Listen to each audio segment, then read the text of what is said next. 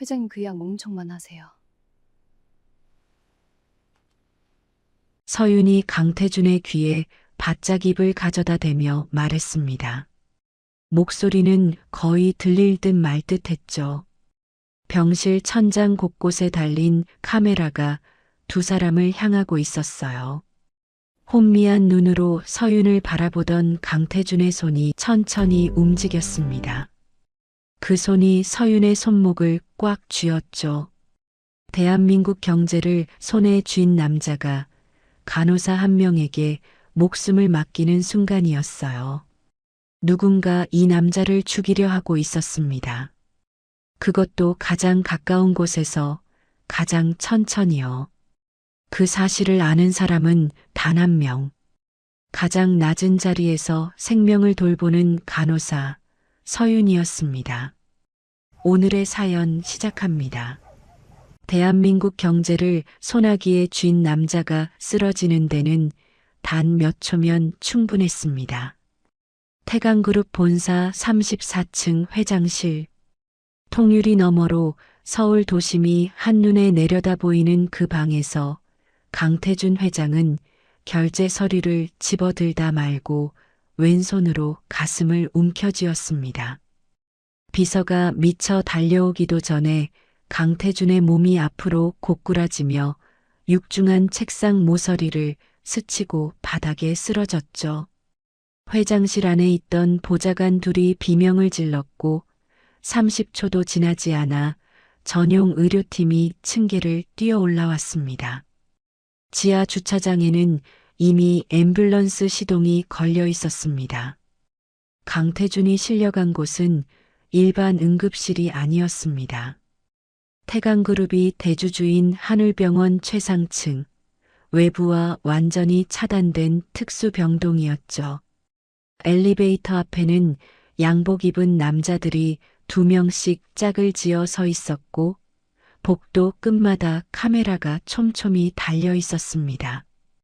병원장 한민석은 강태준이 들것에 실려 들어오는 것을 직접 맞이하며 의료진에게 조용히 지시를 내렸습니다.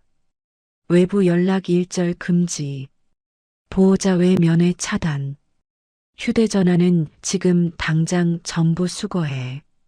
한민석이 팔짱을 끼고 복도를 천천히 걷는 동안 간호사들은 말없이 휴대전화를 바구니에 담았습니다. 아무도 이의를 제기하지 않았습니다. 한울병원에서 한민석의 말은 곧 법이었으니까요. 중환자실에서 야간 담당을 마치고 탈의실로 향하던 서윤은 복도 끝에서 수간호사와 마주쳤습니다. 수간호사의 얼굴이 평소와 달리 굳어 있었습니다. 수간호사가 서윤의 팔을 잡아 끌며 낮게 말했습니다. 서윤 씨, 원장님이 호출했어. 지금 바로 올라가야 해. 제가요? 무슨 일인데요? 나도 몰라. 그냥 빨리 가. 서윤은 영문을 모른 채 엘리베이터를 탔습니다. 문이 열리자 양복 차림의 남자가 다가서며 손을 내밀었습니다. 신분증 주시죠. 서윤이 미간을 좁히며 신분증을 꺼내 건넸습니다. 남자는 신분증을 들고 돌아서더니 끝내 돌려주지 않았습니다. 서윤은 그 뒷모습을 바라보다가 조용히 입술을 다물었습니다. 병실 안으로 들어선 서윤은 먼저 환자를 살폈습니다. 침대 위의 남자는 강태준이었습니다. TV에서 보던 그 날카로운 눈빛은 온데간데 없었고 기계에 연결된 채 천장을 향해 멍하니 누워 있었죠. 70 넘은 나이가 무색하게 건장한 체격이었지만 지금 이 순간만큼은 한없이 작아 보였습니다. 한민석이 서윤 옆에 서서 낮은 목소리로 말했습니다. 앞으로 강 회장님 전담이야. 투약부터 활력 징후 체크까지 전부 서 선생이 직접 해. 다른 간호사는 이 병실 출입 금지야. 저 혼자 담당하라고요? 그래. 문제 있어? 서윤이 고개를 저었습니다. 한민석은 그것으로 충분하다는 듯 몸을 돌려나갔습니다. 서윤은 차트를 집어들었습니다.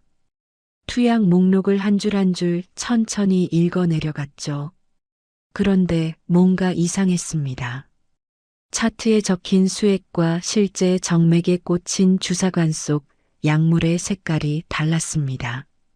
아주 미세한 차이였지만 10년 넘게 중환자실을 지켜온 서윤의 눈에는 선명하게 보였습니다.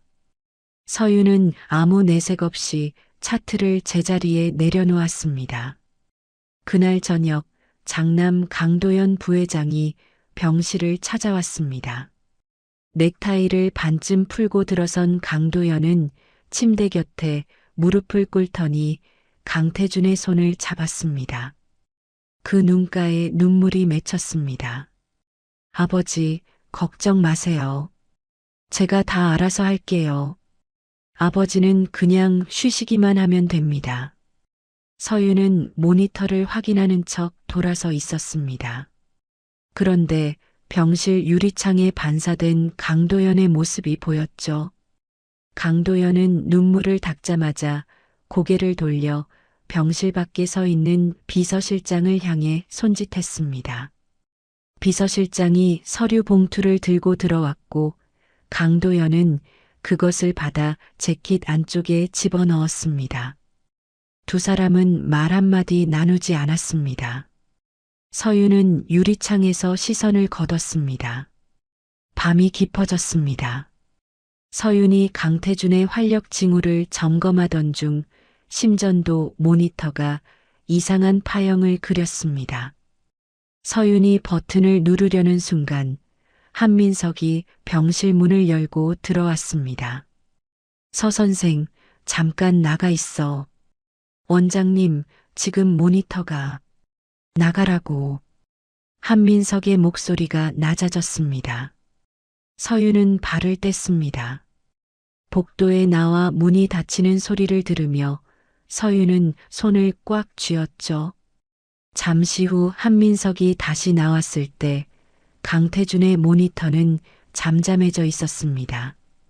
한민석은 서윤을 한번 보더니 아무 말 없이 걸어갔습니다. 서윤의 아버지는 10년 전 교통사고로 실려갔다가 병원에서 죽었습니다. 의료사고였습니다. 하지만 아무도 책임지지 않았습니다. 담당 의사는 바뀌어 있었고 차트는 군데군데 수정되어 있었으며 병원은 끝내 사과 한마디 하지 않았습니다. 서윤이 간호사가 된 것은 그 때문이었습니다. 두 번 다시 그런 일이 자기 눈앞에서 일어나는 걸 두고 보지 않겠다는 다짐이었죠. 서윤은 그날 밤 내내 투약 기록지를 들여다봤습니다. 시간대별로 약물이 투여된 기록과 강태준의 상태 변화를 하나씩 맞춰보니 패턴이 보였습니다. 특정 약물이 들어간 직후마다 강태준의 의식이 흐려졌습니다. 그리고 그때마다 한민석이 병실에 들어와 혼자 무언가를 했습니다. 기록은 남아있지 않았습니다. 서윤은 고개를 들어 병실을 둘러봤습니다. 천장 모서리마다 카메라가 달려 있었습니다. 서윤은 카메라의 각도를 하나씩 눈으로 쫓았습니다. 6개의 카메라가 병실 전체를 촘촘히 담고 있었지만 침대 머리맡 오른쪽 아래쪽만은 어느 카메라도 닿지 않는 사각지대였습니다. 서윤은 그 위치를 머릿속에 새겼습니다. 야간 순회를 돌다가 서윤은 강태준의 침대 프레임 아래쪽을 손으로 훑쳤습니다. 매트리스를 고정하는 금속 봉 뒤쪽에 납작하고 작은 기기가 하나 붙어 있었습니다. 손톱만 한 크기였지만 서윤은 그것이 무엇인지 바로 알아봤습니다. 도청 장치였습니다. 서윤은 그것을 떼어내지 않았습니다. 건드린 흔적을 남기면 안 됐습니다. 서윤은 아무렇지 않은 척 일어나 다시 순회를 이어갔습니다. 복도 끝에서 발소리가 들렸습니다. 강도연의 수행원이었습니다. 서윤의 손에는 강태준의 혈액이 묻은 거즈가 들려 있었습니다. 수행원이 서윤의 손을 노려봤습니다. 서윤은 눈 하나 깜짝하지 않고 의료 폐기물 수거함 뚜껑을 열어 거즈를 집어넣었습니다. 그리고 주머니에서 알코올솜을 꺼내 수행원에게 내보이며 말했습니다. 소독 마무리하는 거예요. 순찰 도시는 거예요? 수행원이 서윤을 한번 훑어보고 발을 돌렸습니다. 서윤은 그 뒷모습을 바라보다가 주머니 안에서 손을 꽉 쥐었습니다. 주머니 속 진짜 거즈는 아직 그 손 안에 있었습니다. 병실로 돌아온 서윤은 강태준의 상태를 살폈습니다. 강태준의 눈동자는 초점 없이 흔들리고 있었습니다. 약물에 의한 선망이었습니다. 서윤이 손전등으로 눈을 비추자 강태준의 손이 천천히 움직였습니다. 그 손이 서윤의 손목을 잡았습니다. 약한 힘이었지만 꽉 쥐고 있었습니다. 서윤이 몸을 낮추며 말했습니다. 회장님, 저 보여요? 강태준의 입술이 달싹였습니다. 소리는 나지 않았습니다. 서윤은 강태준의 구강 상태를 살피는 척 입안을 들여다봤습니다. 혀 밑에 녹담한 파란색 알약이 끼어 있었습니다. 누군가 강태준이 의식이 없는 틈을 다 밀어 넣은 것이었습니다. 서윤은 손끝으로 알약을 조심스럽게 집어냈습니다. 알약을 손바닥에 올려놓고 바라봤습니다. 이것이 어디서 온 것인지 서윤은 알고 있었습니다. 서윤은 카메라의 사각지대로 몸을 이동했습니다. 침대 머리맡 오른쪽 아래 카메라가 닿지 않는 그 자리에 무릎을 낮추고 강태준의 귀에 바짝 다가갔습니다. 서윤의 입술이 거의 닿을 듯 가까이 붙어서 아주 낮고 또렷하게 말했습니다. 회장님 들리세요? 제 말 들리면 손 꽉 쥐어보세요. 강태준의 손이 서윤의 손목을 다시 쥐었습니다. 이번에는 처음보다 훨씬 강했습니다. 서윤이 다시 말했습니다. 지금부터 제가 드리는 것 말고는 절대 삼키지 마세요. 절대로요. 병실 안은 조용했습니다. 모니터 소리만 규칙적으로 울렸습니다. 강태준의 손이 서윤의 손목을 놓지 않았습니다. 서윤도 빼지 않았습니다. 두 사람 사이에 말은 없었습니다.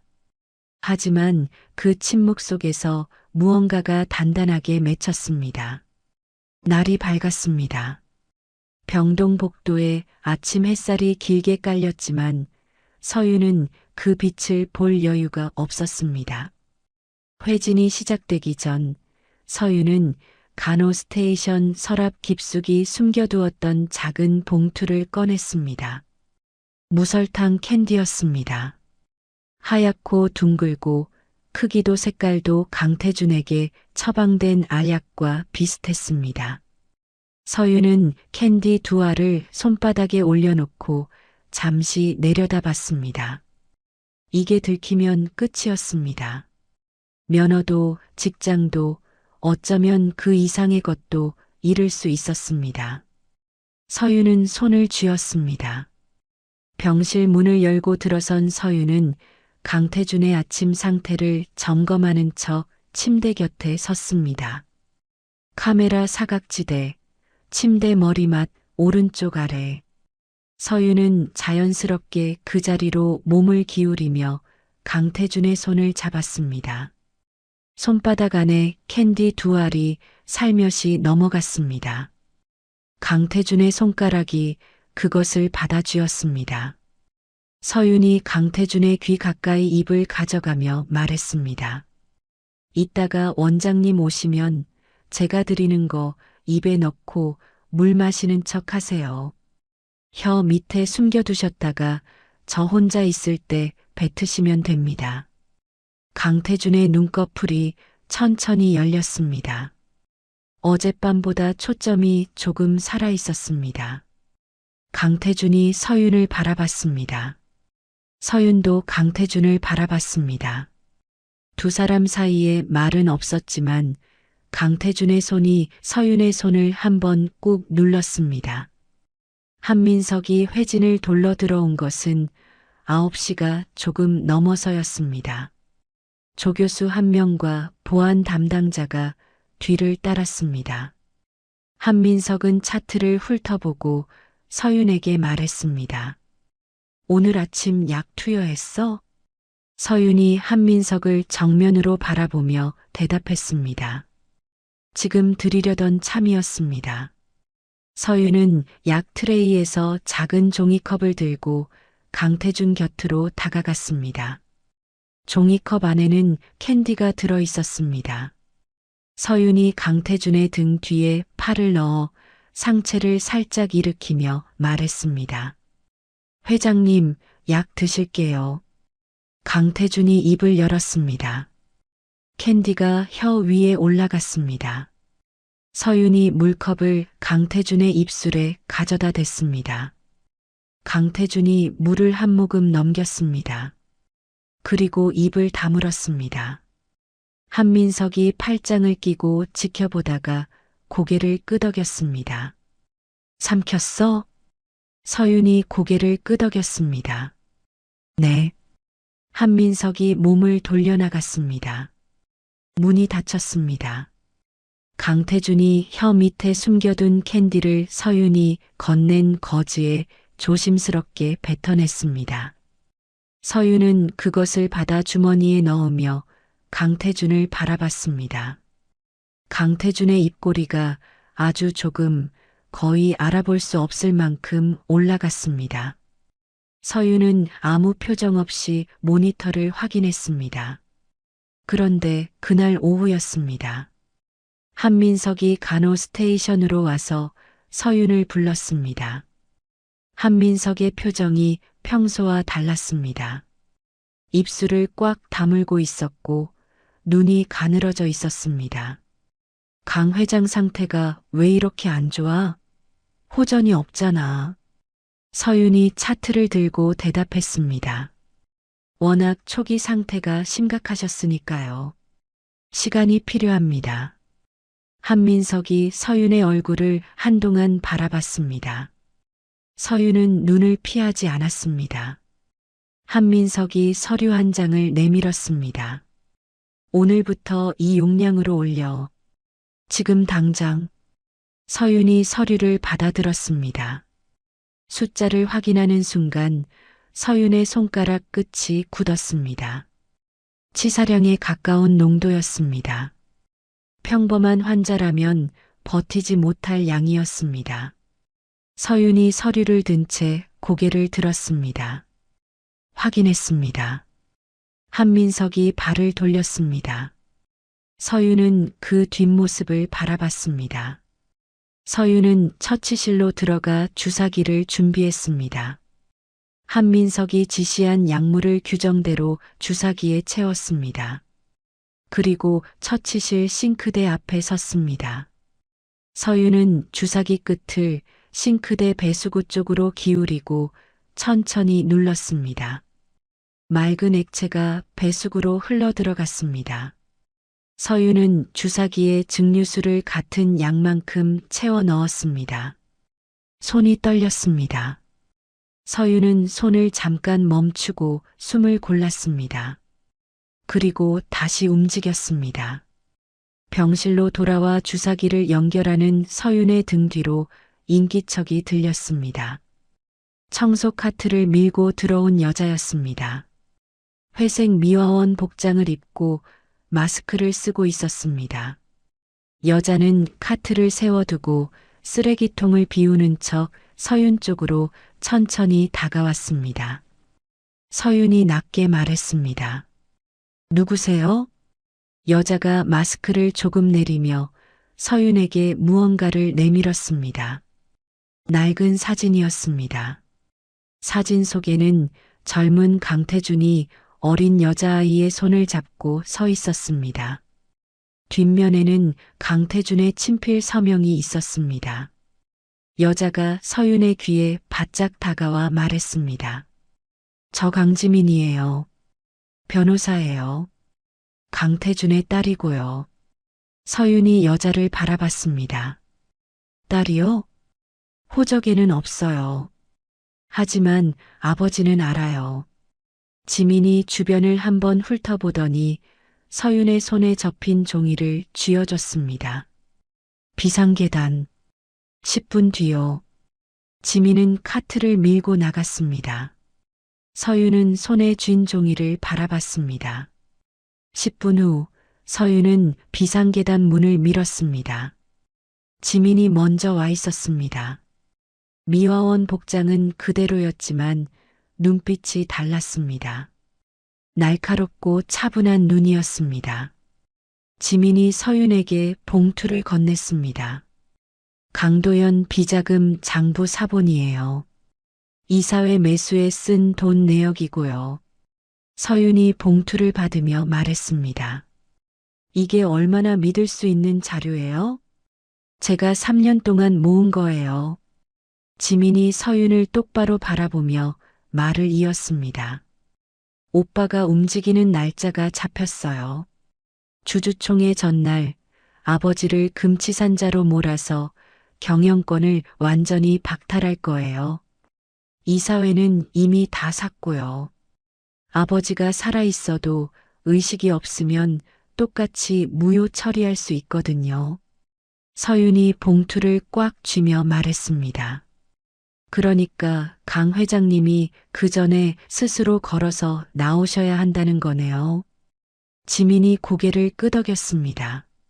맞아요. 그리고 그게 가능한 사람은 지금 이 병동에서 선생님밖에 없어요.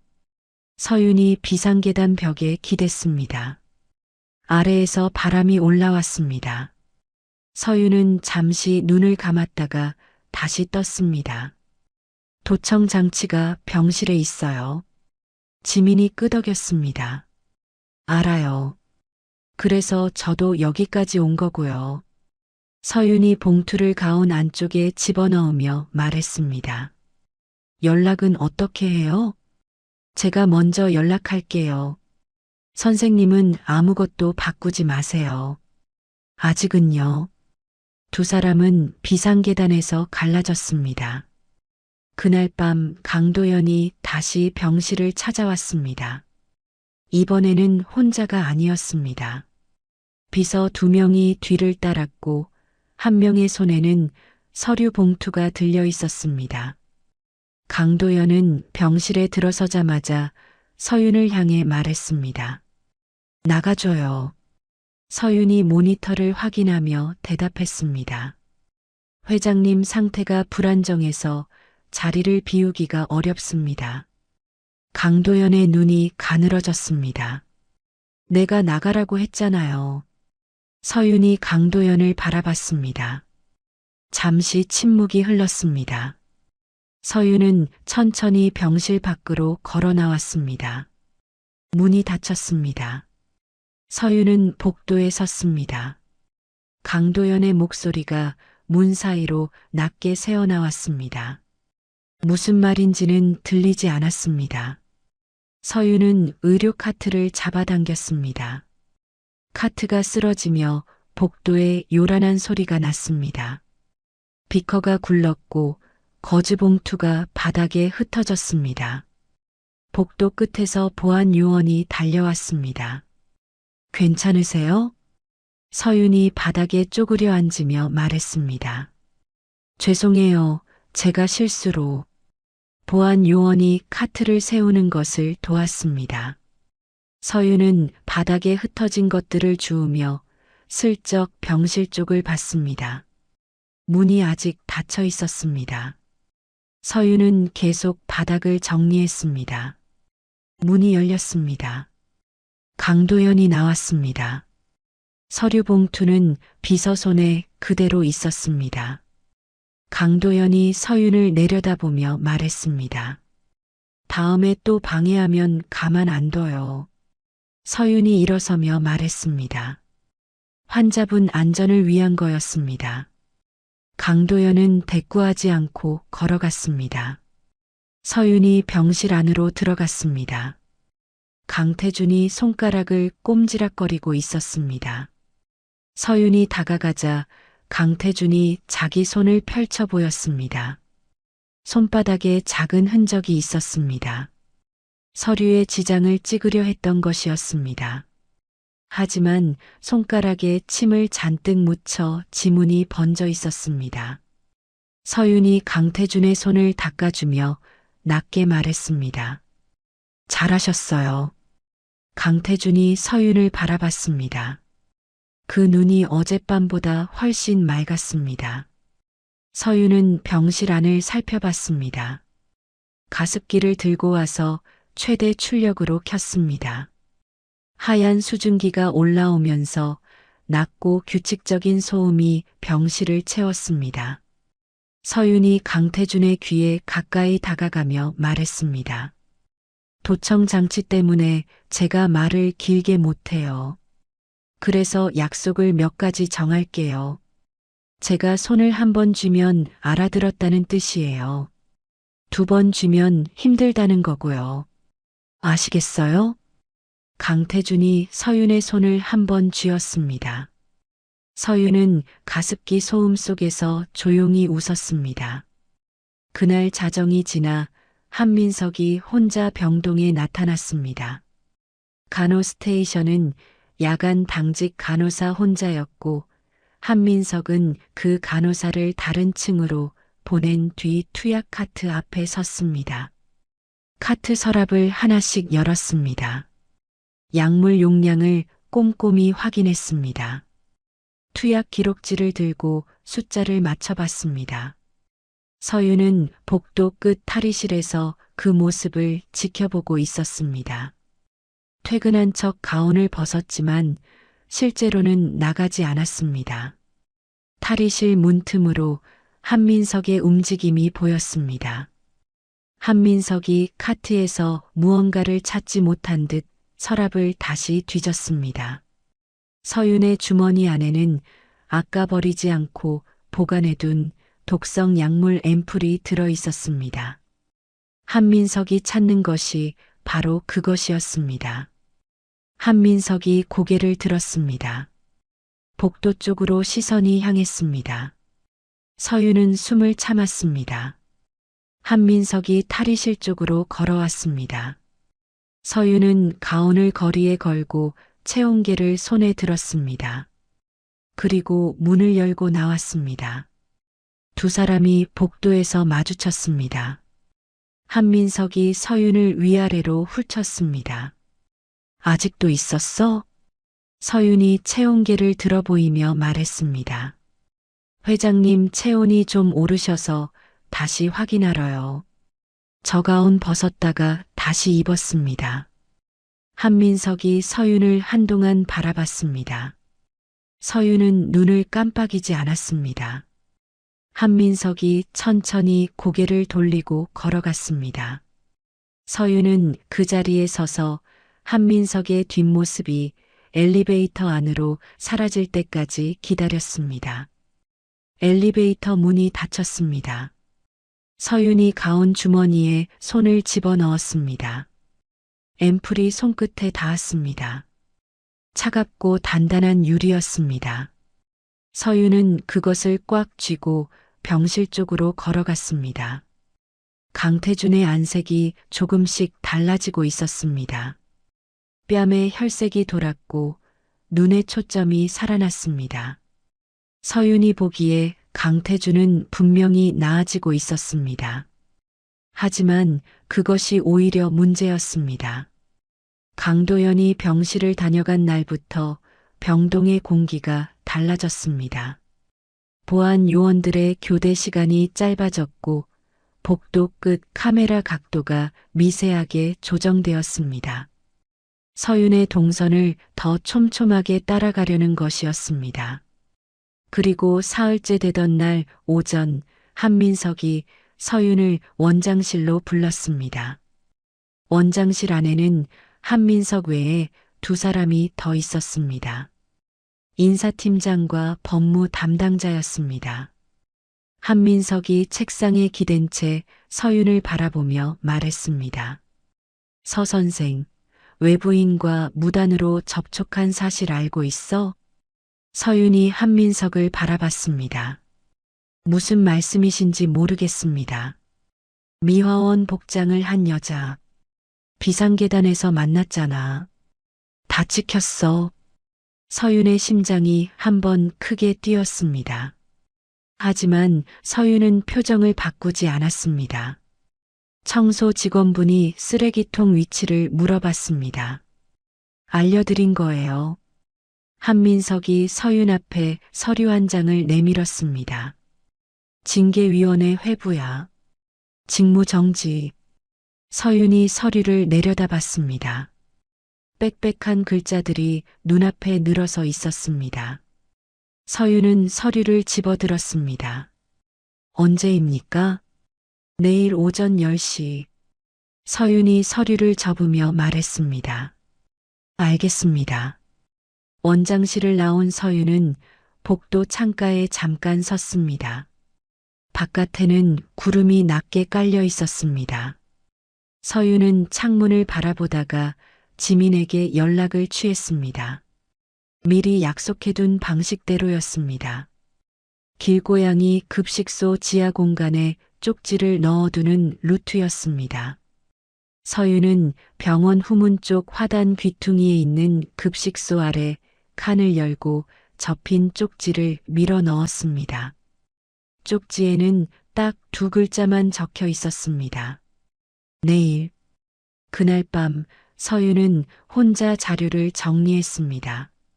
지민에게 받은 비자금 장부 사본, 한민석의 불법 처방전 사본, 그리고 직접 수집한 투약 기록지 대조 자료였습니다. 서윤은 모든 자료를 2벌씩 복사해 각각 다른 장소에 나눠 보관했습니다. 한 벌은 강태준의 매트리스 깊숙한 곳에 접어 넣었습니다. 다른 한 벌은 지민에게 넘길 것으로 따로 챙겼습니다. 다음 날 아침이었습니다. 서윤이 출근하자마자 자신의 사물함이 뒤집혀 있는 것을 발견했습니다. 서랍이 다 열려 있었고 개인 물품이 바닥에 흩어져 있었습니다. 옆 사물함 간호사가 서윤을 보더니 눈을 피했습니다. 서윤은 흩어진 물건들을 하나씩 주었습니다. 아무 말도 하지 않았습니다. 징계위원회는 병원 본관 2층 회의실에서 열렸습니다. 긴 테이블 너머로 위원 5명이 앉아 있었습니다. 위원장은 병원 이사회 소속의 나이든 의사였습니다. 한민석은 위원들 옆자리에 앉아 팔짱을 끼고 있었습니다. 서윤이 자리에 앉자 한민석이 먼저 말했습니다. 서 간호사는 병원 내 보안구역에서 신원 미확인 외부인과 단독으로 접촉했습니다. 환자의 의료 정보가 유출될 가능성이 있고 무엇보다 특수격리 환자의 보안 체계를 스스로 위반한 겁니다. 위원장이 서윤을 바라보며 말했습니다. 본인 입장이 있으면 말씀하세요. 서윤이 자리에서 일어섰습니다. 손에는 서류 봉투가 들려 있었습니다. 말씀드리기 전에 이것부터 확인해 주셨으면 합니다. 서윤이 봉투를 열어 서류를 테이블 위에 펼쳤습니다. 한민석의 불법 처방전 사본이었습니다. 날짜, 용량, 서명이 모두 담긴 원본 사본이었죠. 이것은 한민석 원장님이 특정 환자에게 처방한 약물 기록입니다. 여기 적힌 용량은 성인 남성 기준으로 치료 목적으로는 사용하지 않는 수치입니다. 한민석의 얼굴이 굳었습니다. 지금 무슨 소리를 하는 거야? 서윤이 한민석을 바라보며 말을 이었습니다. 저는 지난 사흘 동안 이 병동에서 이상한 점을 발견했습니다. 처방 기록과 실제 투여 내용이 다릅니다. 그리고 그 차이는 우연이 아닙니다. 한민석이 자리에서 일어나며 말했습니다. 이 사람 정신이 어떻게 된 거 아니야? 환자도 못 살리면서 지금 원장한테 뭐라고 하는 거야? 위원장이 손을 들어 한민석을 제지했습니다. 원장님 앉으세요. 한민석이 씩씩거리며 자리에 앉았습니다. 위원장이 서류를 들고 천천히 훑어봤습니다. 옆에 앉은 위원들도 몸을 기울였습니다. 회의실 안이 조용해졌습니다. 서윤이 다시 말했습니다. 저는 이 병원이 두렵지 않습니다. 제가 두려운 건 한 사람이 눈앞에서 죽어가는 걸 보고도 아무것도 못하는 상황입니다. 위원장이 서류를 내려놓고 서윤을 바라봤습니다. 이 자료 어디서 구했습니까? 서윤이 대답했습니다. 제가 직접 수집했습니다. 방법은 말씀드리기 어렵습니다. 한민석이 테이블을 손바닥으로 치며 말했습니다. 이게 다 날조야.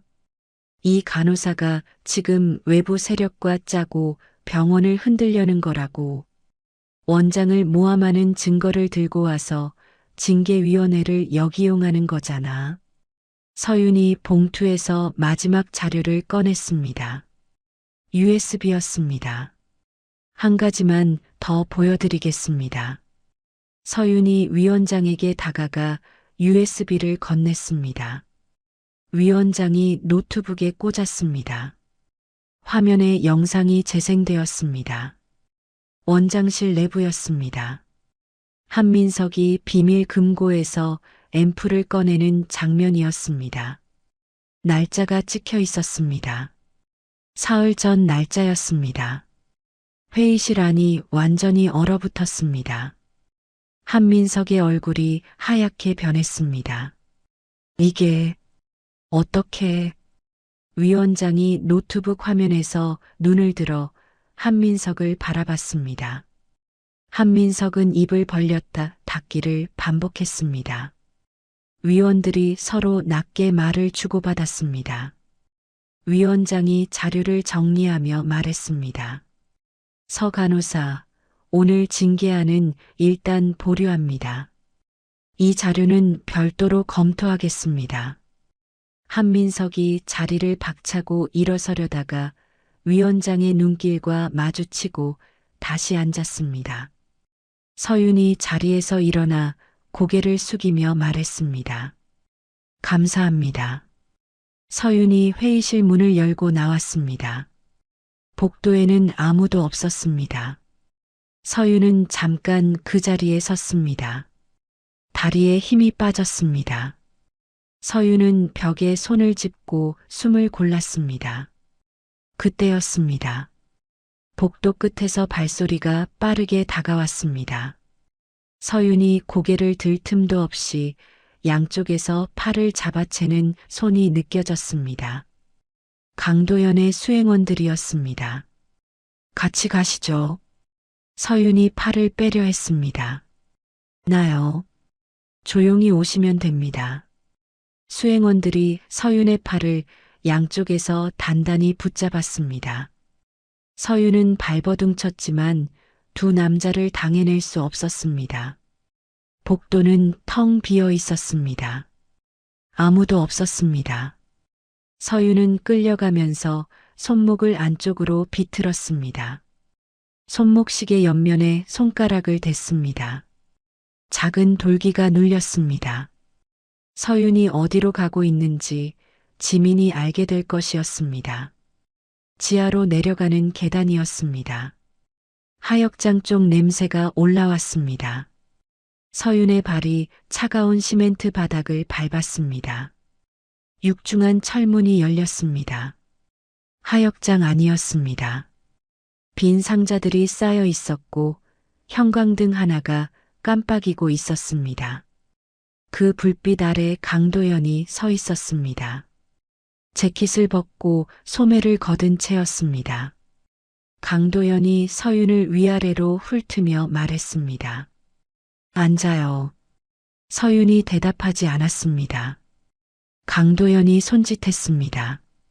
수행원 하나가 스마트폰을 들어 서윤 앞에 내밀었습니다. 화면에는 영상이 재생되고 있었습니다. 낯선 창고 안이었습니다. 그 안에 서윤의 남동생이 의자에 묶여 있었습니다. 실시간이었습니다. 서윤의 입술이 굳었습니다. 강도연이 천천히 말했습니다. 가지고 있는 거 다 내놔요. 사진이든 서류든 USB든. 그러면 동생은 집에 보내줄게요.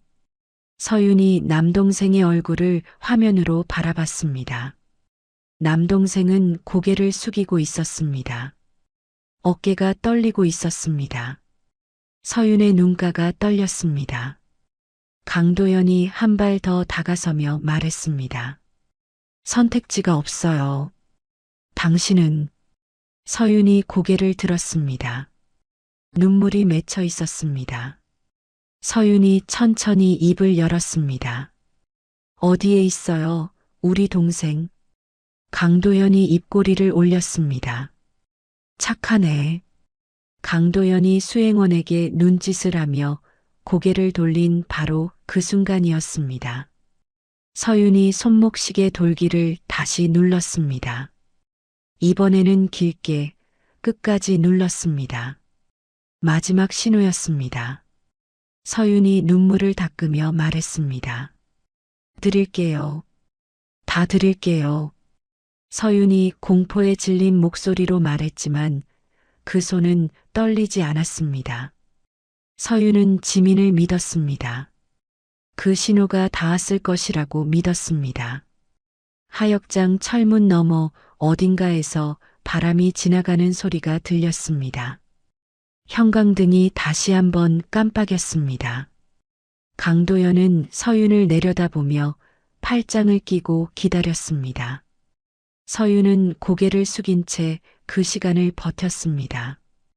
버티고 또 버텼습니다.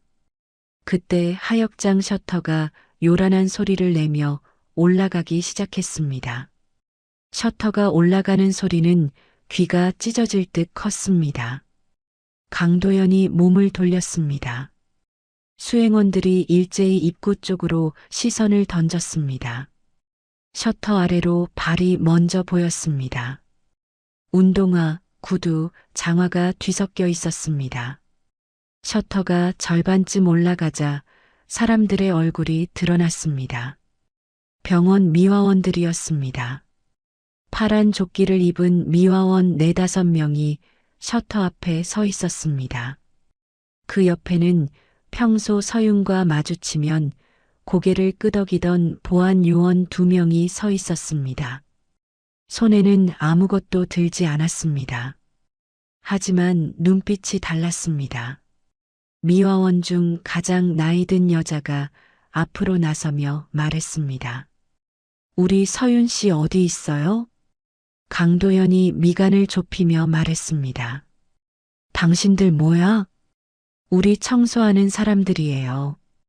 여기 매일 다니는. 여자가 하역장 안을 천천히 둘러보다가 서윤을 발견하고 외쳤습니다. 서윤 씨. 서윤이 고개를 들었습니다. 강도연이 수행원들에게 눈짓을 했습니다. 수행원들이 입구 쪽으로 몸을 움직였습니다. 그때 보안 요원 1명이 앞으로 나서며 수행원의 앞을 막아섰습니다. 비키세요. 수행원이 보안 요원을 밀쳤습니다. 보안 요원이 밀리지 않았습니다. 강도연의 얼굴이 붉어졌습니다. 다들 뭐 하는 짓이야? 당장 꺼지지 않으면. 미화원 여자가 강도연을 향해 말했습니다. 우리가 뭘 잘못했어요? 셔터 열려 있어서 들어온 거잖아요. 그 사이 서윤이 자리에서 일어섰습니다. 수행원 하나가 서윤을 막으려 손을 뻗었습니다. 보안 요원이 그 팔을 옆으로 쳐냈습니다. 서윤이 미화원들 쪽으로 걸었습니다. 강도연이 소리쳤습니다. 거기서. 서윤은 멈추지 않았습니다. 미화원 여자가 서윤의 팔을 잡아 자기 쪽으로 당겼습니다. 빨리요. 일행이 셔터 밖으로 나왔습니다. 셔터가 다시 내려가기 시작했습니다. 강도연의 고함 소리가 금속 셔터에 막혀 점점 작아졌습니다. 미화원 여자가 서윤의 손을 잡고 지하 통로 안쪽으로 이끌었습니다. 이쪽으로요. 세탁실 지나면 반대편으로 올라가는 계단이 있어요. 서윤이 걸으면서 말했습니다. 어떻게 알았어요, 여기. 청소 다니다 보면 다 알죠, 뭐. 그리고 저번에 서윤 씨가 내 무릎 봐줬잖아요. 그게 얼마나 고마웠는지. 어두운 통로를 걸으면서 서윤은 무언가 눈에 차오르는 것을 느꼈습니다. 서윤은 눈을 깜빡였습니다. 세탁실을 지나 계단을 올라왔습니다. 병원 후문 쪽 복도였습니다. 서윤은 미화원들에게 고개를 숙였습니다. 고마워요. 정말로요. 미화원 여자가 서윤의 어깨를 툭 치며 말했습니다. 어서 올라가요. 회장님 혼자 계시잖아요. 서윤이 계단을 뛰어 올랐습니다. 병실 앞에 도착했을 때 복도가 어수선했습니다. 간호 스테이션 쪽에서 비상 인터폰이 울리고 있었습니다.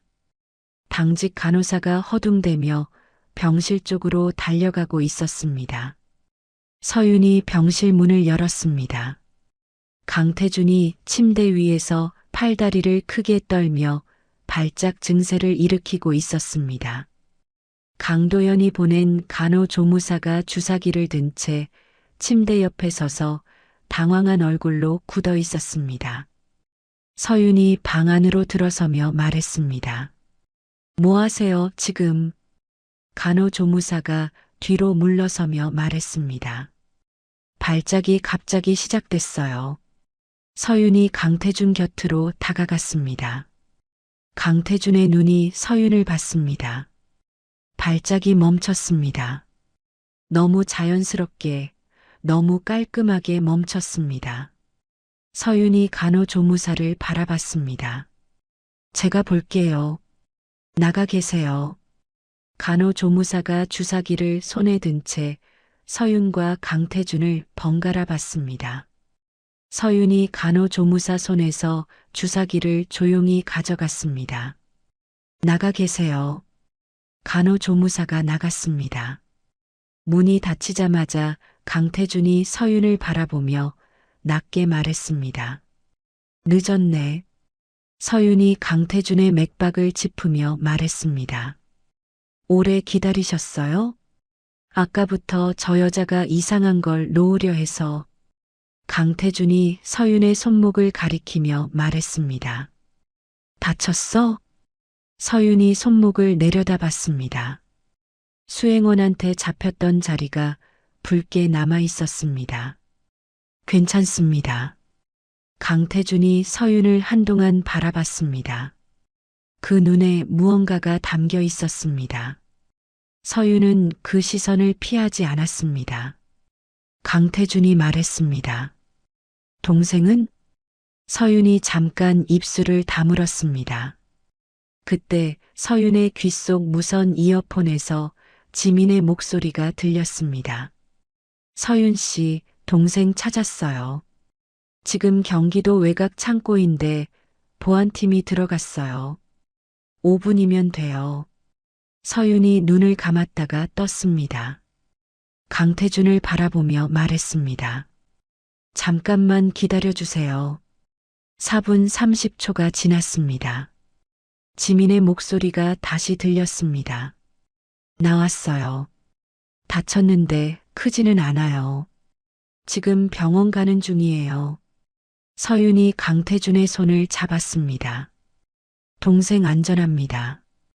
강태준이 눈을 감았습니다. 그 얼굴에서 무언가 단단하게 굳어있던 것이 풀렸습니다.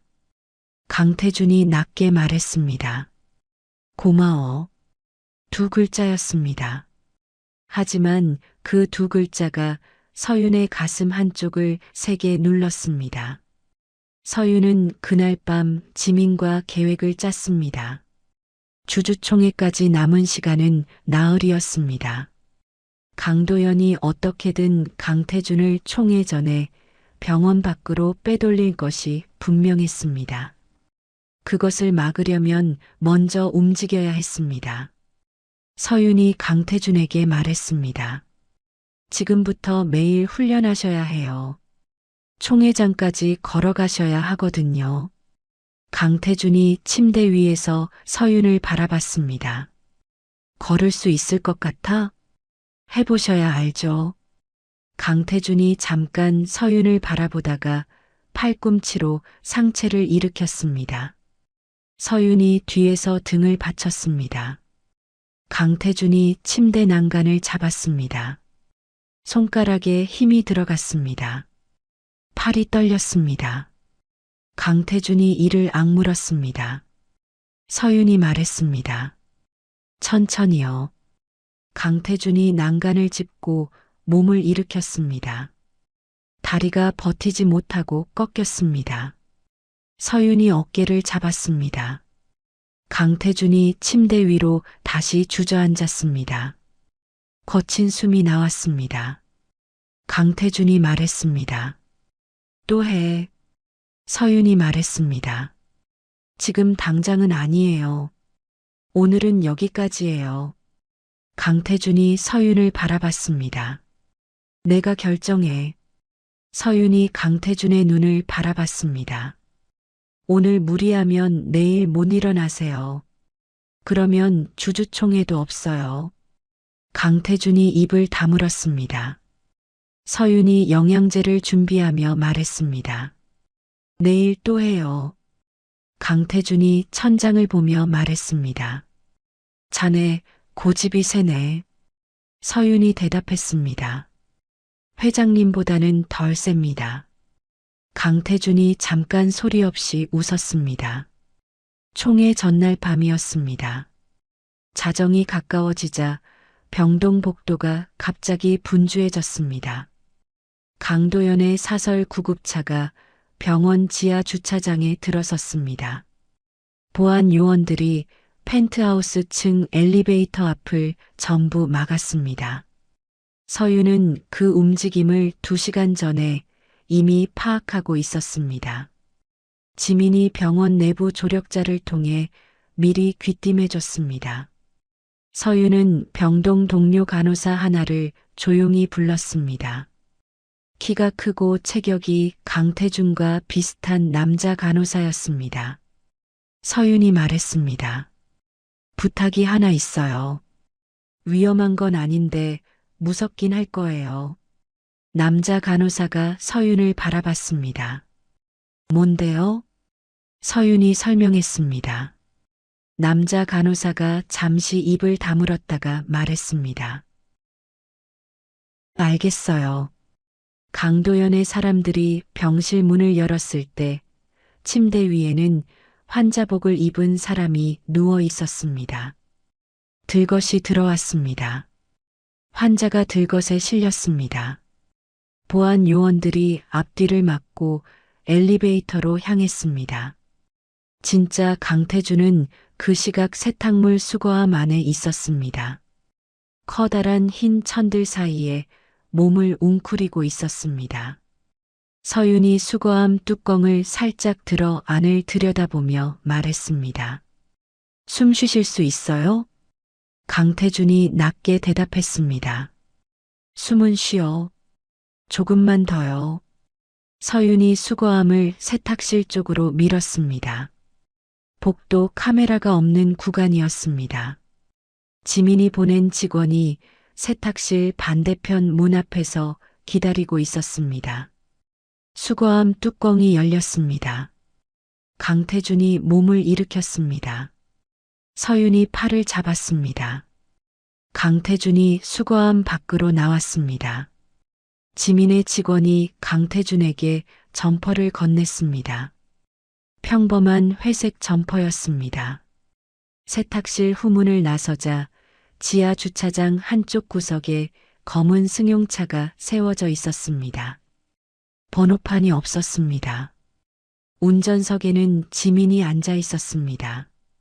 강태준이 뒷자리에 올라탔습니다. 서윤이 옆에 탔습니다. 문이 닫혔습니다. 차가 천천히 주차장을 빠져나갔습니다. 경비실 앞을 지날 때 서윤은 숨을 참았습니다. 경비원이 차를 한번 흘깃봤습니다. 차는 멈추지 않고 지나갔습니다. 주차장 출구에 차단기가 올라갔습니다. 차가 병원 외곽도로로 나왔습니다. 지민이 운전하면서 말했습니다. 아버지, 괜찮으세요? 강태준이 창밖을 바라보며 말했습니다. 안전가옥이 어디야? 지민이 말했습니다. 1시간이요. 강태준이 고개를 끄덕였습니다. 서윤은 강태준의 맥박을 짚었습니다. 빠르지만 규칙적이었습니다. 서윤이 가방에서 영양제 앰플을 꺼냈습니다. 강태준이 서윤을 바라보며 말했습니다. 또 뭔가 먹이려고. 서윤이 앰플을 건네며 말했습니다. 드세요. 강태준이 앰플을 받아들었습니다.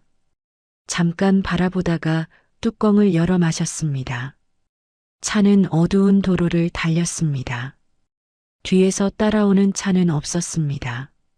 지민이 백미러를 한번 보고 작게 숨을 내쉬었습니다. 강태준이 차창 밖을 바라보다가 말했습니다. 몇 년 만에 이렇게 평범한 차를 타보는지 모르겠네. 서윤이 말하지 않았습니다. 강태준이 혼자 중얼거리듯 말을 이었습니다. 평범한 게 이렇게 좋은 건지 몰랐어.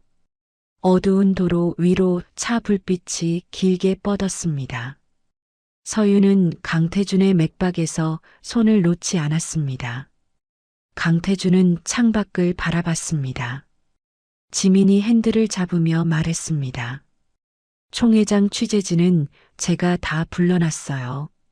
내일 아침까지 수백 명이 올 거예요. 강태준이 말했습니다. 강도현이 막으려 하면? 지민이 말했습니다. 카메라가 수백 대 있는 앞에서요? 강태준이 창밖에서 시선을 거두며 말했습니다. 됐어. 차가 고속도로 진입로로 들어섰습니다. 속도가 붙었습니다. 서윤은 눈을 감고 강태준의 맥박을 느꼈습니다. 규칙적이었습니다. 살아있는 박동이었습니다. 안전가옥에서의 하룻밤이 지났습니다. 서윤은 새벽 4시부터 일어나 있었습니다. 강태준의 상태를 확인하고 영양제를 준비하고 총회장까지 버틸 수 있을지 다시 한번 가늠했습니다. 강태준은 서윤이 들어서는 소리에 눈을 떴습니다. 이미 깨어 있었던 것처럼 눈이 맑았습니다. 서윤이 말했습니다. 주무셨어요?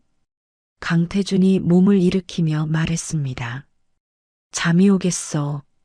서윤이 강태준의 혈압을 쟀습니다.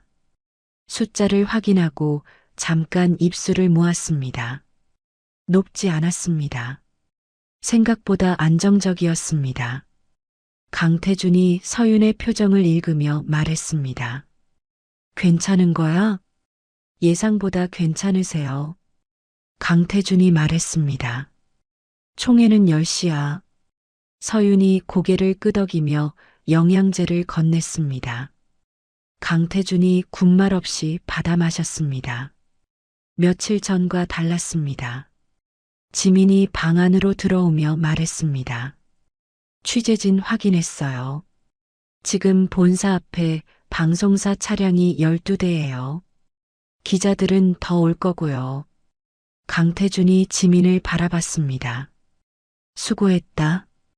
지민이 잠깐 멈칫했습니다. 그 두 마디가 낯선 듯 지민은 잠시 아버지를 바라봤습니다. 그러다 고개를 돌리며 말했습니다. 출발은 9시 반이에요. 서윤이 강태준에게 준비해온 옷을 내밀었습니다. 짙은 감색 정장이었습니다. 강태준이 옷을 받아들고 한동안 바라봤습니다. 서윤이 말했습니다. 도움이 필요하세요? 강태준이 옷을 받아주며 말했습니다.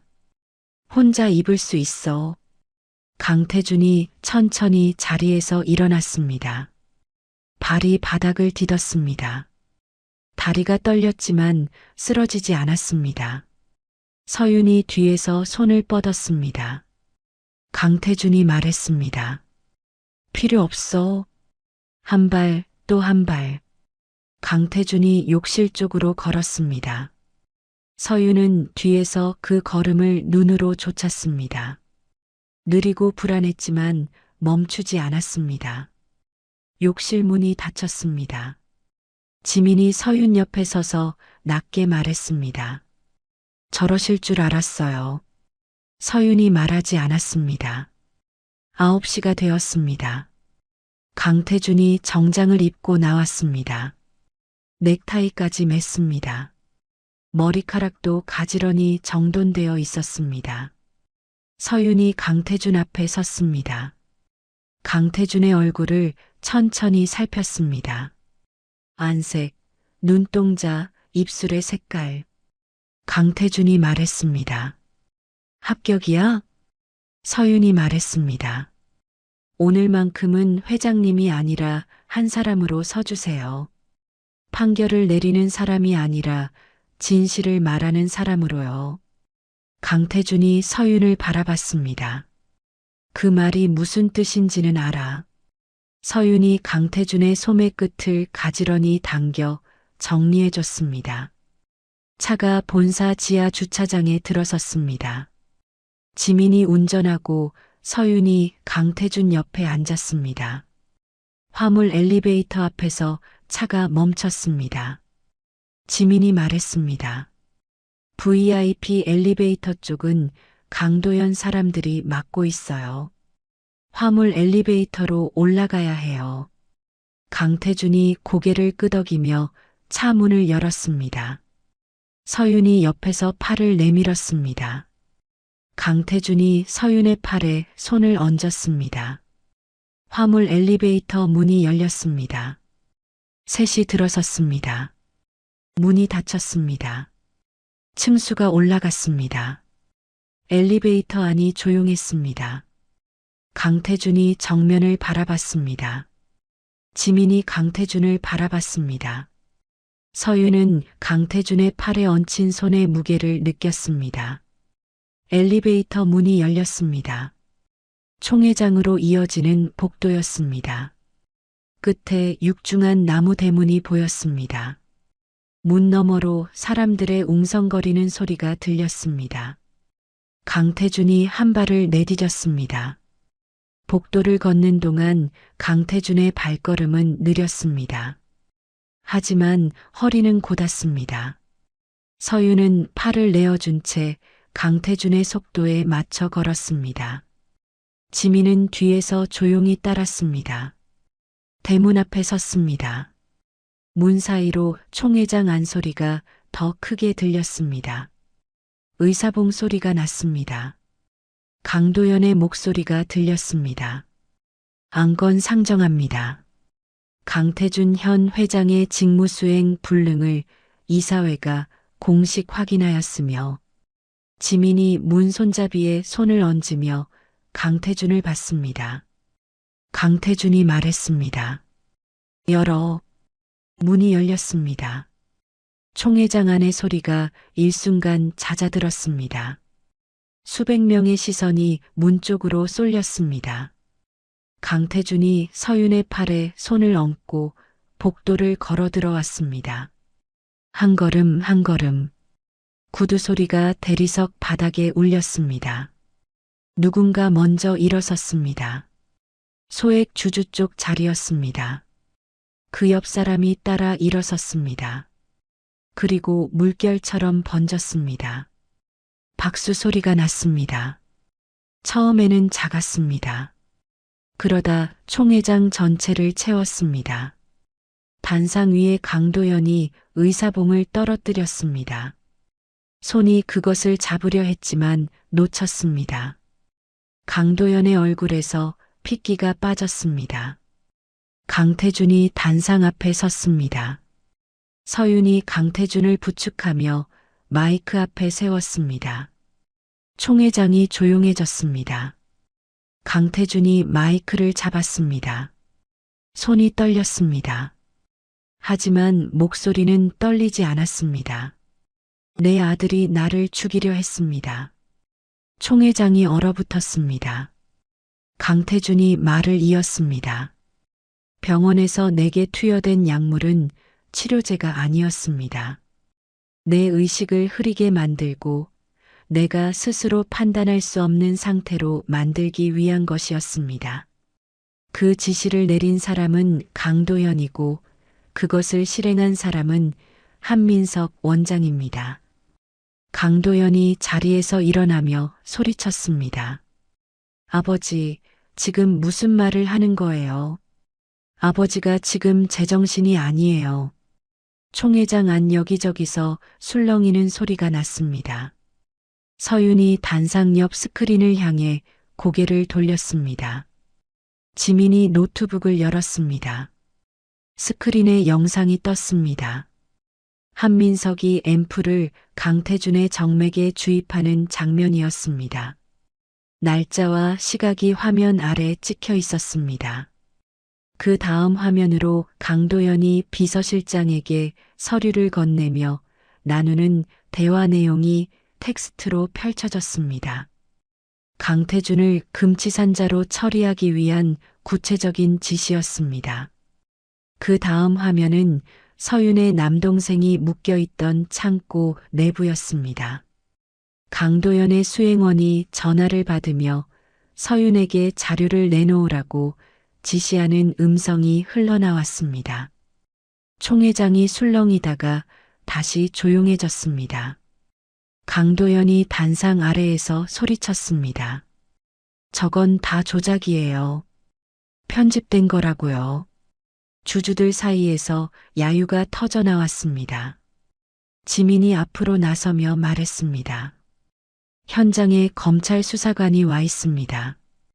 강도연 부회장을 살인미수 및 업무상 배임 혐의로 긴급 체포를 요청합니다. 총회장 뒤쪽 문이 열렸습니다. 수사관들이 들어섰습니다. 강도연이 뒷걸음질 쳤습니다. 비서실장이 강도연 곁에서 조용히 몸을 비켰습니다. 강도연이 비서실장을 바라봤습니다. 비서실장이 눈을 피했습니다. 강도연이 목소리를 높이며 말했습니다. 이게 다 회사를 위한 거였어요. 아버지가 더 이상 경영을 못한다는 걸 알면서도 아무도 말을 못하잖아요. 내가 결단을 내린 거라고요. 총회장 안이 조용해졌습니다. 강태준이 아들을 바라봤습니다. 한동안 말이 없었습니다. 강태준이 입을 열었습니다. 회사가 뭐가 중요해. 강도연이 굳었습니다. 강태준이 다시 말했습니다. 사람을 죽이면서까지 지킬 회사는 없어. 수사관들이 강도연에게 다가섰습니다. 강도연이 뒷걸음질 치다가 의자에 걸려 비틀거렸습니다. 수사관이 강도연의 팔을 잡았습니다. 총회장 뒤쪽에서 한민석이 나서며 말했습니다. 잠깐요. 저는 강도연한테 속은 겁니다. 저도 피해자예요. 강도연이 시킨 대로 한 것뿐이에요. 지민이 한민석을 바라보며 말했습니다. 그 말씀 검찰에 가서 하세요. 수사관이 한민석 쪽으로 다가갔습니다. 한민석이 뒤로 물러서다가 총회장 벽에 등을 붙였습니다. 강태준이 마이크 앞에 다시 섰습니다. 서윤이 옆에서 팔을 내밀었습니다. 강태준이 서윤의 팔을 잡았습니다. 강태준이 말했습니다. 나는 오늘부로 태강그룹 회장직에서 물러납니다.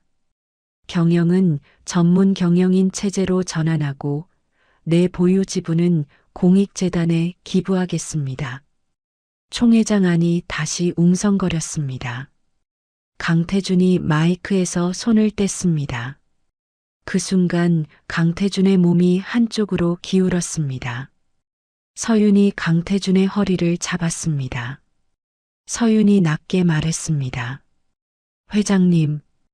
강태준이 서윤의 어깨에 손을 얹으며 말했습니다. 괜찮아. 서윤이 가방에서 산소 마스크를 꺼냈습니다. 강태준의 코와 입에 덮었습니다. 강태준이 눈을 감고 숨을 들이켰습니다. 총회장 안은 조용했습니다. 수백 명이 숨을 죽이고 바라봤습니다.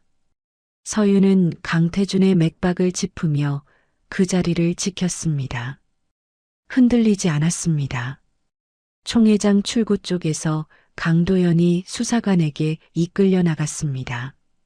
나가면서 강도연이 단상 쪽으로 고개를 돌렸습니다. 강태준의 눈과 마주쳤습니다. 강태준은 시선을 거두지 않았습니다. 강도연이 먼저 눈을 피했습니다. 문이 닫혔습니다. 그때였습니다. 총회장 출구 쪽 인파 속에서 한 남자가 튀어나왔습니다. 강도연의 극성 지지자였습니다. 손에 무언가 번쩍이는 것을 쥐고 강태준을 향해 달려들었습니다. 서윤이 그 움직임을 먼저 봤습니다. 생각할 틈이 없었습니다.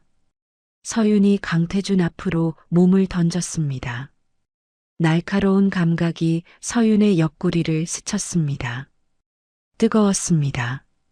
서윤의 가운 옆구리에 붉은 얼룩이 번졌습니다.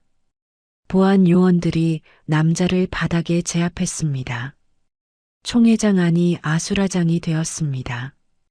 강태준이 서윤을 바라봤습니다. 서윤. 서윤이 강태준의 팔을 잡으며 말했습니다. 괜찮으세요? 괜찮냐고 물을 사람이 누구야? 강태준이 서윤의 옆구리를 손으로 눌렀습니다. 손바닥이 붉어졌습니다. 강태준의 얼굴이 일그러졌습니다. 서윤. 서윤이 강태준의 손을 잡으며 말했습니다. 깊지 않아요. 괜찮습니다. 동료 간호사들이 달려왔습니다. 서윤의 옆구리에 거즈를 눌렀습니다. 서윤이 고개를 돌려 강태준을 확인했습니다. 강태준이 제자리에 서 있었습니다. 다치지 않았습니다. 서윤이 작게 숨을 내쉬었습니다.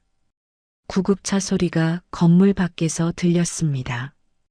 동료 간호사가 서윤의 어깨를 잡으며 말했습니다. 서윤 씨, 가야 해요. 서윤이 일어서려다 비틀거렸습니다. 강태준이 서윤의 팔을 잡았습니다. 이번에는 강태준이 서윤을 붙든 것이었습니다. 강태준이 말했습니다. 나도 같이 가. 지민이 강태준 곁으로 다가오며 말했습니다.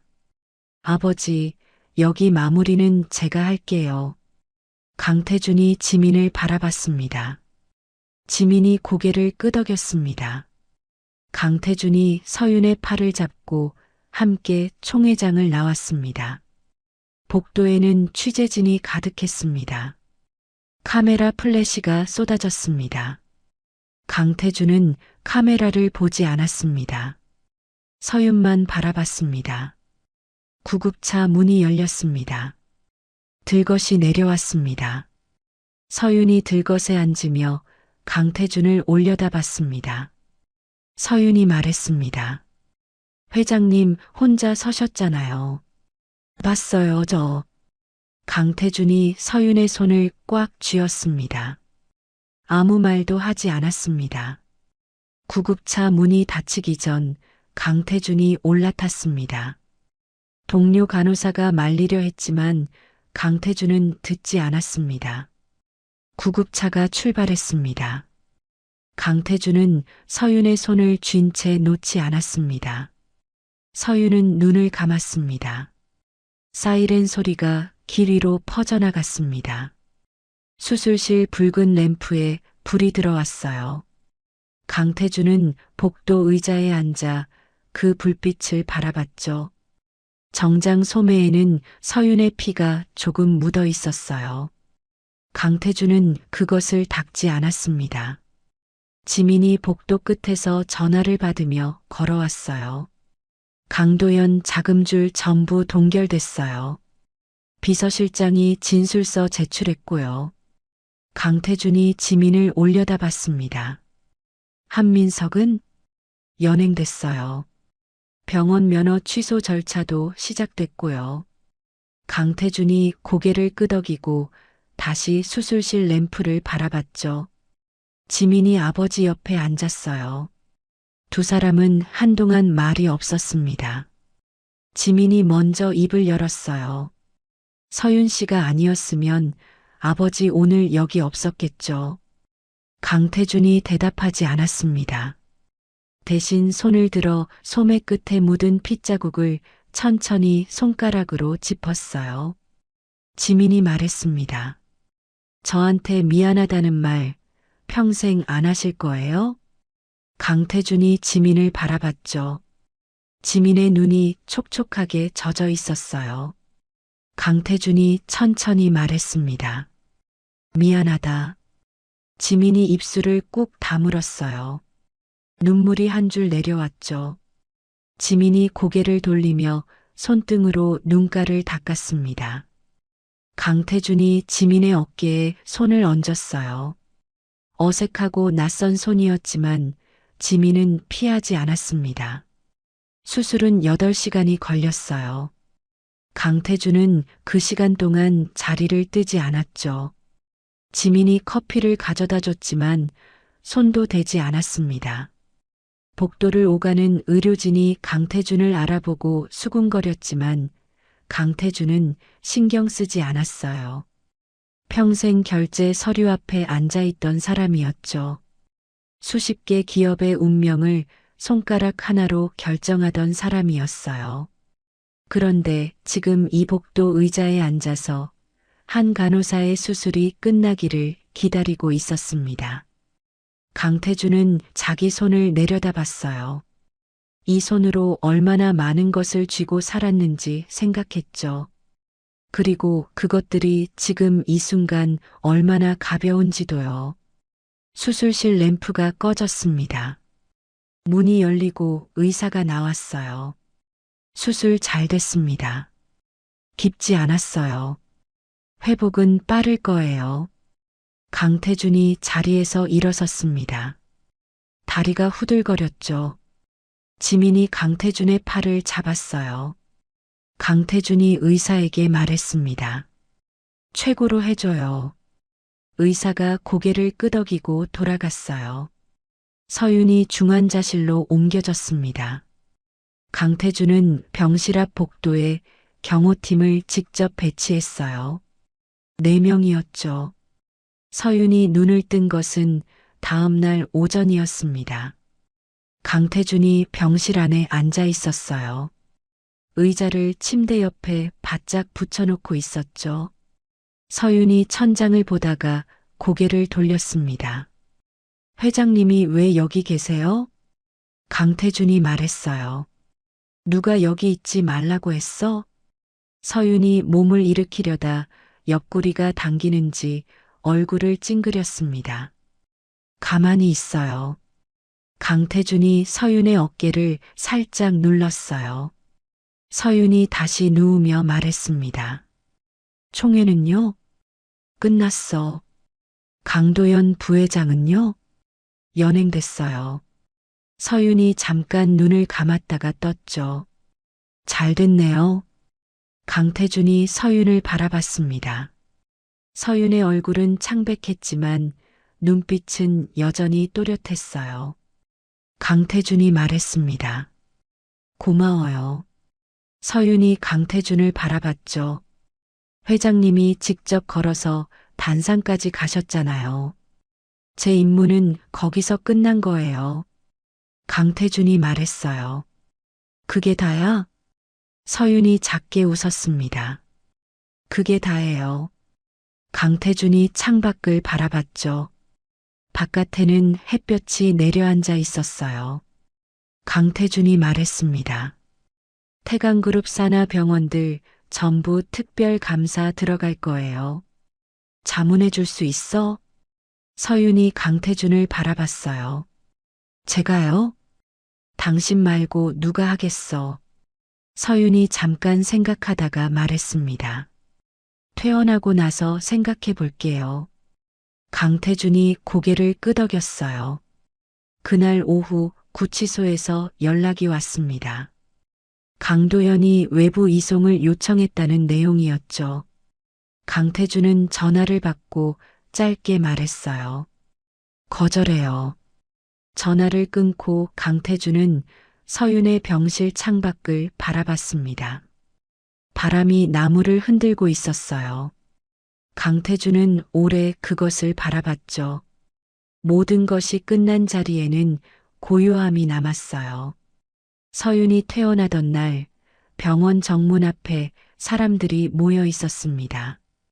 미화원 아주머니들이었고 야간 당직 간호사들이었고 복도에서 마주치면 고개만 끄덕이던 보안 요원들이었죠. 누가 시킨 것도 아니었어요. 그냥 나와 있었습니다. 서윤이 정문을 나서자 박수 소리가 났어요. 서윤이 멈춰섰죠. 미화원 여자가 앞으로 나서며 서윤의 손을 꼭 잡았습니다. 잘 됐어요, 우리 서윤 씨. 서윤이 입술을 꾹 다물었어요. 눈가가 뜨거워졌죠. 서윤은 고개를 숙이며 말했습니다. 고마워요. 다들. 서윤은 그날 사직서를 제출했어요. 수간호사가 서류를 받아들고 서윤을 바라봤죠. 정말이에요?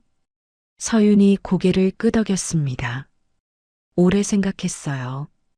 수간호사가 사직서를 내려다보다가 말했어요. 어디 가려고요? 서윤이 잠깐 웃었습니다. 좀 먼데요. 서윤이 도착한 곳은 섬이었어요.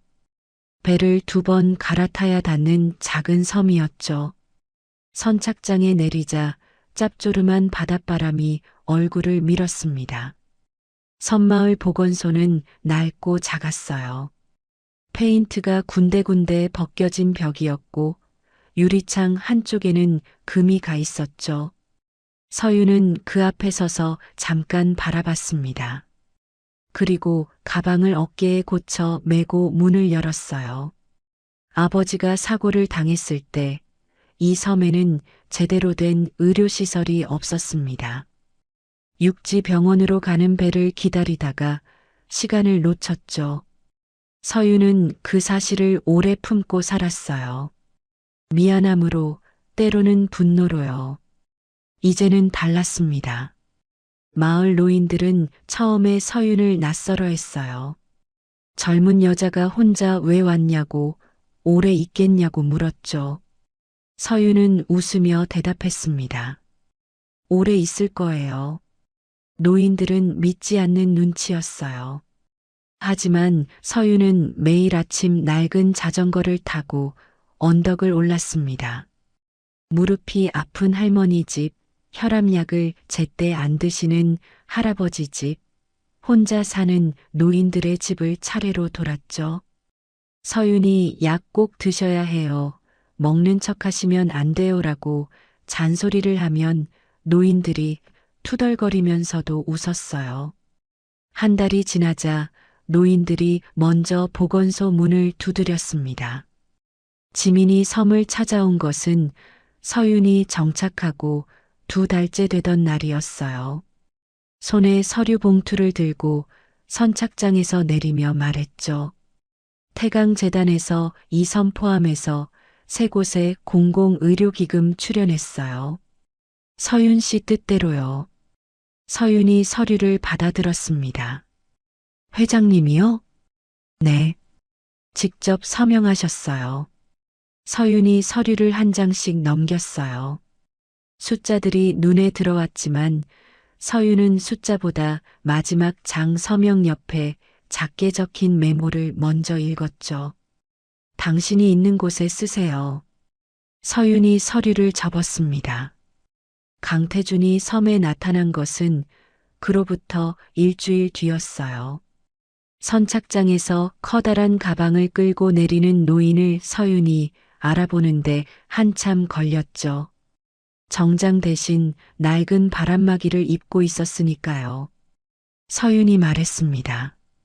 여기는 왜 오셨어요? 강태준이 가방을 끌며 말했어요. 오두막 지을 땅 받았어. 서윤이 강태준을 바라봤죠. 진심이에요? 내가 농담하는 거 봤어?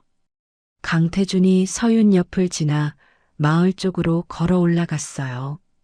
서윤이 그 뒷모습을 바라봤습니다. 등이 조금 굽어 있었지만 걸음은 혼자였죠. 마을 사람들은 처음에 강태준을 몰라봤어요. 그냥 서울에서 내려온 나이든 노인이려니 했죠. 강태준은 그게 편했습니다. 강태준은 매일 아침 보건소 화단에 나와 잡초를 뽑았어요.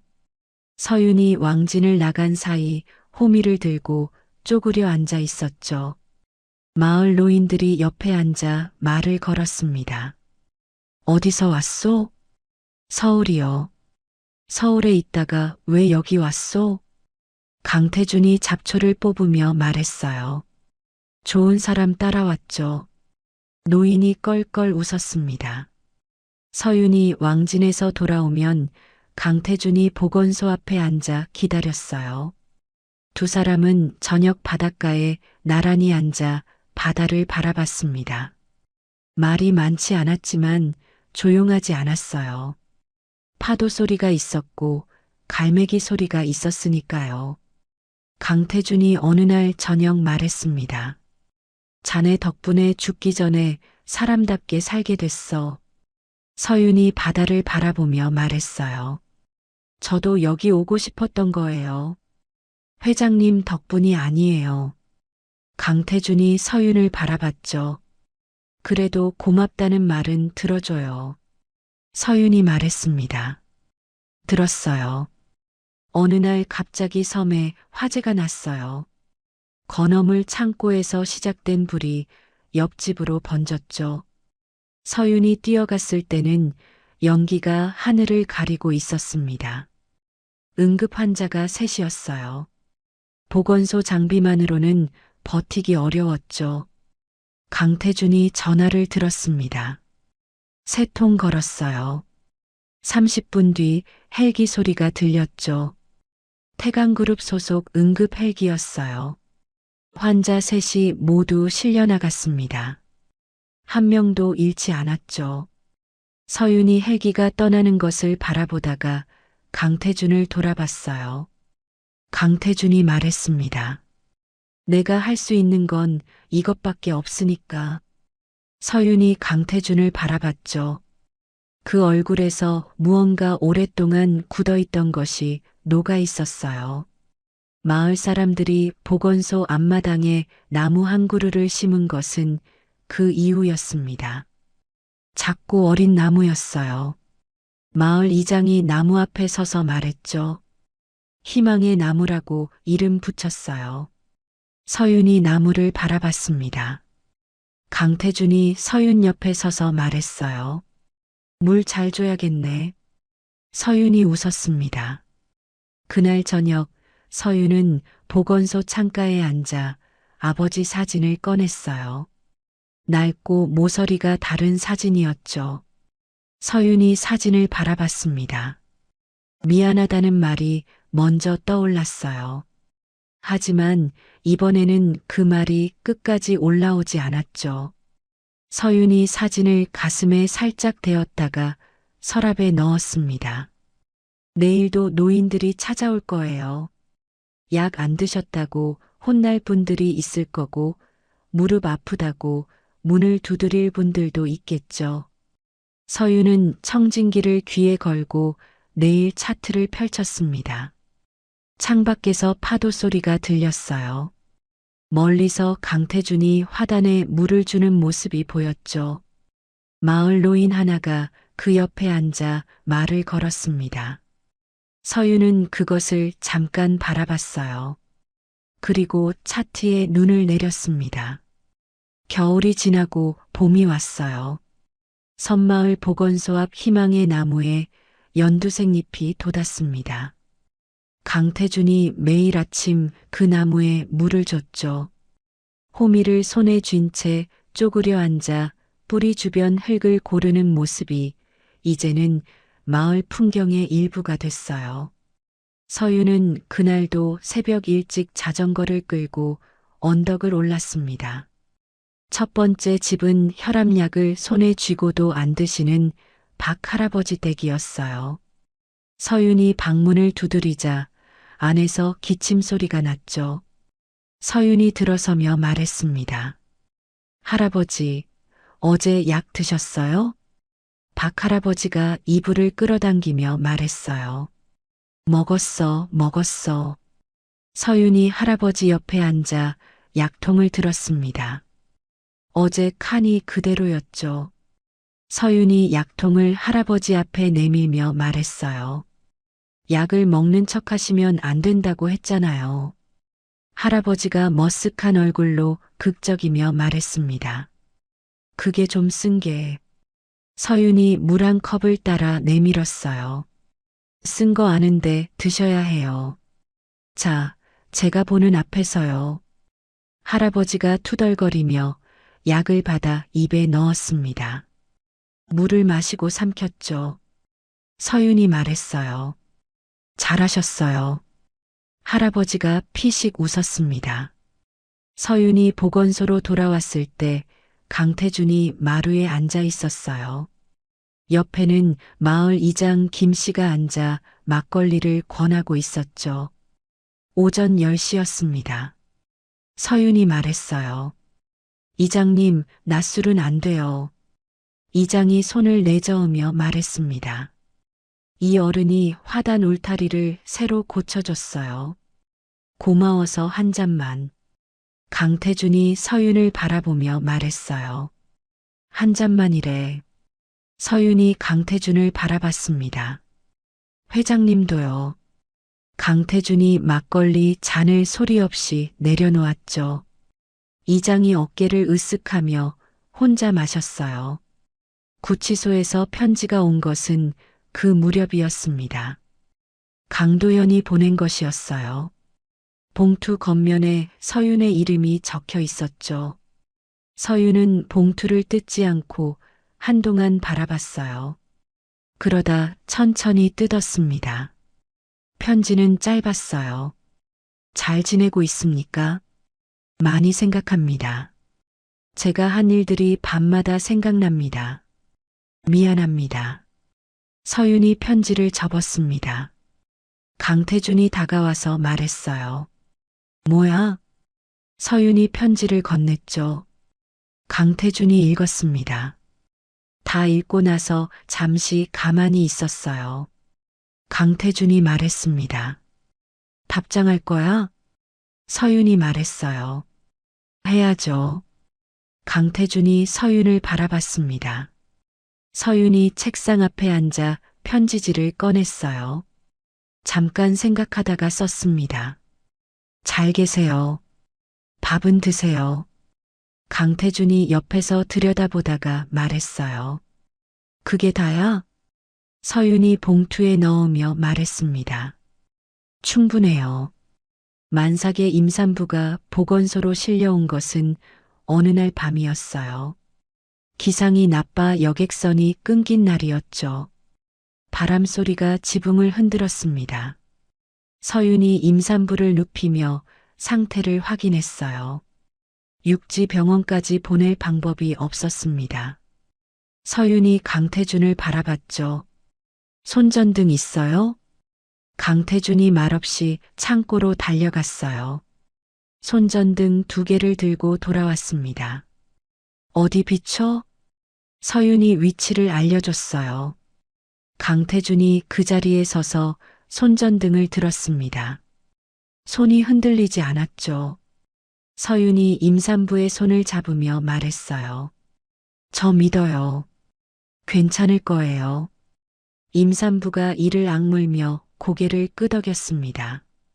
바람소리와 빗소리가 뒤섞인 보건소 안에서 서윤은 침착하게 움직였어요. 강태준은 서윤이 필요하다는 것을 내밀면 바로 건넸죠. 말이 필요 없었습니다. 아기 울음소리가 났어요. 임산부가 울음을 터뜨렸고 강태준이 손전등을 든 채 굳어 있었죠. 서윤이 아기를 받아 안으며 말했습니다.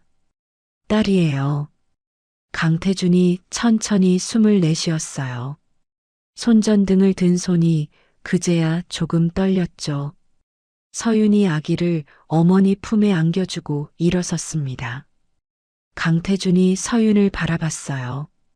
강태준이 말했습니다. 대단하네, 자네. 서윤이 손을 씻으며 말했어요. 손전등 잘 잡아주셨어요. 강태준이 피식 웃었습니다. 지민이 책을 들고 섬에 온 것은 봄이 깊어진 날이었어요. 표지에 약을 먹는 척하세요라고 적혀 있었죠. 서윤의 이야기를 담은 책이었습니다. 서윤이 책을 받아들고 말했어요. 이런 거 왜 만들었어요? 지민이 말했습니다. 초판 수익금 전액 무연고 환자 수술비로 써요. 이미 출판사랑 계약했어요. 서윤이 책을 한번 내려다봤다가 말했죠. 제 허락도 없이. 지민이 웃으며 말했어요. 미리 말하면 반대할 거잖아요. 강태준이 지민에게서 책을 가져가 표지를 봤습니다. 그리고 말했어요. 잘 됐네. 서윤이 강태준을 바라봤죠. 회장님도요? 강태준이 책을 서윤에게 돌려주며 말했습니다. 세상에 알려야지. 저녁이 됐어요. 셋이 보건소 앞마당에 앉아 있었습니다. 희망의 나무잎이 저녁 바람에 흔들렸죠. 지민이 말했어요. 강도연 오빠 1심 결과 나왔어요. 중형이에요. 강태준이 말하지 않았습니다. 바다를 바라봤죠. 서윤이 말했어요. 잘 됐다기보다는 그냥 끝난 거네요. 강태준이 고개를 끄덕였습니다. 세 사람은 한동안 말이 없었어요. 파도 소리가 대신 말을 했죠. 강태준이 천천히 말했습니다. 나는 평생 이기는 것만 생각했어. 지면 안 된다고. 그게 다인 줄 알았어. 서윤이 강태준을 바라봤어요. 강태준이 말을 이었죠. 근데 이기는 것보다 좋은 게 있더라고. 서윤이 말했습니다. 뭔데요? 강태준이 나무를 바라보며 말했어요. 그냥 사는 거. 바람이 지나갔습니다. 희망의 나무가 조용히 흔들렸어요. 서윤이 자리에서 일어났습니다. 내일 차트를 정리해야 했죠. 박 할아버지 혈압 수치도 기록해야 했고, 새로운 임산부 산후 관리 일정도 잡아야 했어요. 서윤이 보건소 문을 열며 말했습니다. 들어오세요. 저녁 먹어야죠. 강태준이 일어섰어요. 지민이 따라 일어섰죠. 셋이 보건소 안으로 들어갔습니다. 문이 닫혔어요. 마당에는 희망의 나무만 남았죠. 바람이 불었고 나무가 흔들렸습니다. 그리고 다시 고요해졌어요.